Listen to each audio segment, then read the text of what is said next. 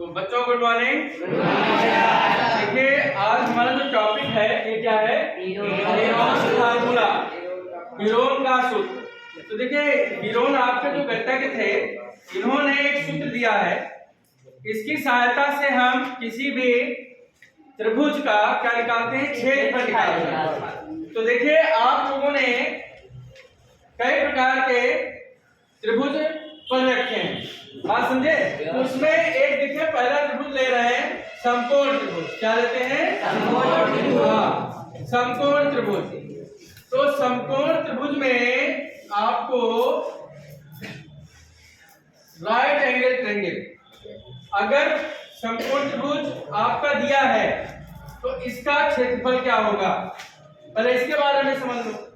देखिए एबीसी मान लेते हैं समकोण त्रिभुज है, तो बेटा इसका ये हो गया आधार और ये हो गई आपकी ऊंचाई।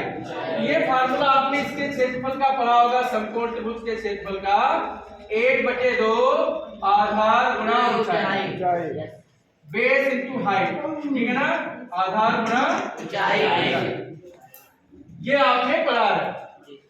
उसके बाद में एक त्रिभुज होता है आपका समबाहु त्रिभुज, ऐसा त्रिभुज जिसकी सभी भुजाओं की लंबाई क्या होती है, बराबर होती है, उसको कहते हैं समबाहु त्रिभुज।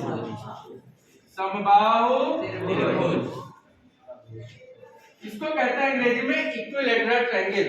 तो समबाहु त्रिभुज हम बना लेते हैं, जैसे ये आपका समबाहु त्रिभुज है, इसकी तीनों भुजाएं क्या है, बराबर, और इस भुजा की लंबाई को अगर हम स्मॉल a इकाई मान लें, स्मॉल a इकाई यूनिट, तो इसके लिए समबाहु त्रिभुज का क्षेत्रफल क्या होता है, समबाहु त्रिभुज का क्षेत्रफल, त्रिभुज का क्षेत्रफल बच्चों ये होता है √3/4 भुजा स्क्वायर, √3/4 भुजा स्क्वायर, और मात्रक क्षेत्रफल क्या होता है, इकाई वर्ग, इकाई वर्ग। अगर सेंटीमीटर है तो सेंटीमीटर वर्ग, मीटर है तो मीटर वर्ग, ठीक है। जो भी भुजा की लंबाई जिस मात्रक में दी होगी उसका वर्ग कर देंगे। तो ये दो सूत्र आप पिछली क्लासेस से पढ़ते हुए आ रहे हैं, समकोण त्रिभुज का क्षेत्रफल और समबाहु त्रिभुज का क्षेत्रफल। अब बात आती है बच्चों समद्विबाहु त्रिभुज, समद्विबाहु त्रिभुज, समद्विबाहु त्रिभुज का क्षेत्रफल। इसमें आप क्या करेंगे, पर ध्यान दीजिएगा। जैसे बच्चों ये आपका समद्विबाहु त्रिभुज है, ऐसा त्रिभुज जिसकी दो भुजाओं की लंबाई क्या है, समान, ठीक है ना। अब ये AB और AC की लंबाई यहाँ पर समान, और ये बेटा आपका आधार है BC। तो यहाँ पर जो समान भुजा है उसकी लंबाई को हम कुछ मान लेते हैं, ठीक है। माना AB बराबर AC बराबर, इसकी लंबाई को बेटा हम मान लेते हैं x यूनिट मान लेते हैं या इकाई मान लेते हैं, बात समझे कि नहीं। तो ये x हो गया और ये भी x हो गया, और आधार BC को हम बच्चों मान लेते हैं, यहाँ पर आधार BC, इसको हम 2a इकाई मान लेते हैं, 2a इकाई, बात समझते रहिएगा। तो ये आपकी पूरी लंबाई क्या हो गई, 2a। अब समद्विबाहु त्रिभुज में एक ज्यामितीय गुण होता है समद्विबाहु त्रिभुज का, वो क्या होता है, समद्विबाहु त्रिभुज की एक ज्यामितीय विशेषता होती है। जानते हो क्या होती है, कि समद्विबाहु मतलब जो समान भुजाएं होती हैं, समान भुजाओं का जो उभयनिष्ठ शीर्ष होता है, अगर उस शीर्ष से हम लंब खींचते हैं सम्मुख भुजा पर, अगर हम लंब डालते हैं तो ये लंब बेटा जो है आधार को समद्विभाजित करता है, बराबर भागों में, दो बराबर भागों में बांटता है। तो ये आपका A हो जाएगा, ये क्या हो जाएगा, ये, ठीक है ना। अब ये इसकी ऊंचाई है, AD क्या है, ऊंचाई।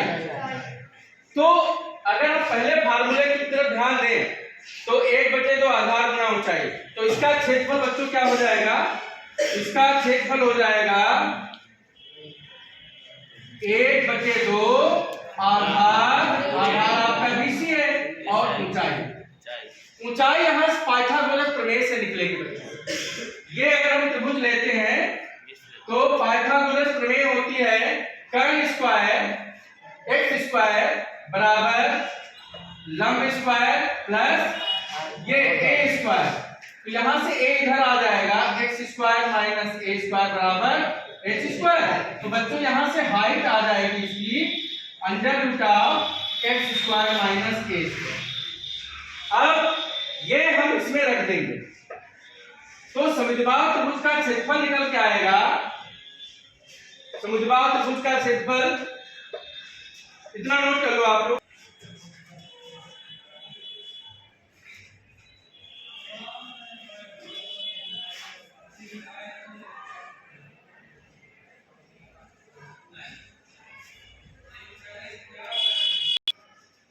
तो बच्चों अब आपको ऊंचाई पता चल गई, क्या है ऊंचाई? Under root of X square minus A square. अब हम इस फार्मूले में रख देंगे समुद्रबाहु त्रिभुज का क्षेत्रफल बेटा 1/2, आधार आपका यहाँ पर 2a है और ऊंचाई क्या है? Under root of X square minus A square. ठीक है ना? तो अब यहां पर आप देखिए, अगर एग्जाम में, बात समझिए बच्चों, एग्जाम में अगर मान लेते हैं समुद्रबाहु त्रिभुज की तीनों भुजाएं दी, तीनों भुजाएं, तो वहां पर ये आपकी 2a आधार हो गई। तो 1/2 गुणा 2a, ये तो आधार हो गया, और अंडर रूट ऑफ x क्या है? जो बराबर भुजाएं उनकी लंबाई, उसका स्क्वायर करेंगे, और माइनस ए स्क्वायर का मतलब जो आधार है उसके आधे का स्क्वायर। बात समझे कि नहीं? हाँ, जो आधार है, तो ये आपका फार्मूला बन गया। ठीक, इसको आप लोग ध्यान रखिएगा। 1/2 आधार अंडर रूट जो आपकी बराबर भुजाएं हैं तो उनकी लंबाई का वर्ग माइनस आधार बटे 2 का वर्ग। ये आपका आ गया समुद्रबाहु। अब हम बात करते हैं जो टॉपिक आपका है हीरोन का सूत्र, हीरोन्स फार्मूला। इसका हम उपयोग कब करेंगे? इसका उपयोग हम तब करेंगे जब किसी भी त्रिभुज की तीनों भुजाओं की लंबाइयां क्या होंगी बच्चों? अलग अलग। बात समझे कि असमान, इसको कहते हैं अनइक्वल ट्रायंगल या विषमबाहु त्रिभुज। ए के सामने की भुजा को स्मॉल ए, बी कोण के सामने की भुजा को स्मॉल बी, सी कोण के सामने की भुजा को स्मॉल सी। ठीक है ना? तो आप लोग ये नोट करके अपने डायग्राम बनाइए। इसमें आप देख पा रहे हैं कि इस त्रिभुज में ए के सामने की भुजा, बी के सामने की भुजा, कोण के सामने की भुजा स्मॉल एबीसी ले लेते हैं, और इसमें तीनों भुजाओं की लंबाई क्या अलग अलग। ऐसी स्थिति में हम विशेषकर हीरोन्स का फार्मूला यूज करते हैं। तो इसमें देखिए सबसे पहले तुम निकालेंगे त्रिभुज का परिमाप। क्या निकालेंगे? त्रिभुज एबीसी का परिमाप, पेरीमीटर इसका निकालेंगे, और परिमाप को यहाँ बेटा 2s से लिखते हैं। 2s यहाँ पर हीरोन्स फार्मूला में परिमाप को 2s माना गया है। और ये क्या होता है? परिमाप होता है सभी भुजाओं का योगफल। कोई भी आकृति हो, परिमाप होता है सभी भुजाओं का योगफल, कोई भी आकृति हो। यहाँ त्रिभुज में a + b + c, यह परिमाप आ गया। और यहाँ से हम अर्ध परिमाप निकाल लेंगे बच्चों। क्या निकाल लेंगे? अर्ध परिमाप। हाँ, तो अर्ध परिमाप का संकेत यहाँ पर s हो जाएगा। ये याद रखिएगा, a + b + c बटे 2। हम यहाँ पर बेटा पहले क्या करेंगे? हम अर्ध परिमाप निकालेंगे। ठीक, ये याद रखना है, परिमाप a + b + c होता है, अर्ध परिमाप a + b + c बटे 2 होता है। क्लियर? अब हीरोन्स सूत्र है क्या? क्षेत्रफल को हम डेल्टा से लिखते हैं, इसको बिग डेल्टा बोलते हैं। हाँ, त्रिभुज का क्षेत्रफल बराबर अंडर रूट ऑफ, फार्मूला क्या होता है, एस माइनस ए, ठीक है, ये लिखा। तो ये आपका हो गया हीरोन्स का सूत्र। अब इसकी सहायता से पहले हम एस निकाल लेंगे, त्रिभुज की तीनों भुजाएं पता होंगी, बाद में एस से ए को माइनस कर देंगे, एस से बी को माइनस कर देंगे, एस से सी को माइनस, और उसके बाद में इसकी गणना कर लेंगे तो हमें त्रिभुज का क्षेत्रफल हीरोन्स के फार्मूले से पता चल जाएगा। नोट कर लीजिए, फिर क्वेश्चन बताते हैं। तो अब हम हीरोन्स सूत्र पर आधारित कुछ प्रश्न डिस्कस करते हैं। पहला प्रश्न आपकी पुस्तक का है, एक यातायात संकेत बोर्ड पर आगे स्कूल है लिखा है और यह भुजा ए वाले समबाहु त्रिभुज के आकार का है।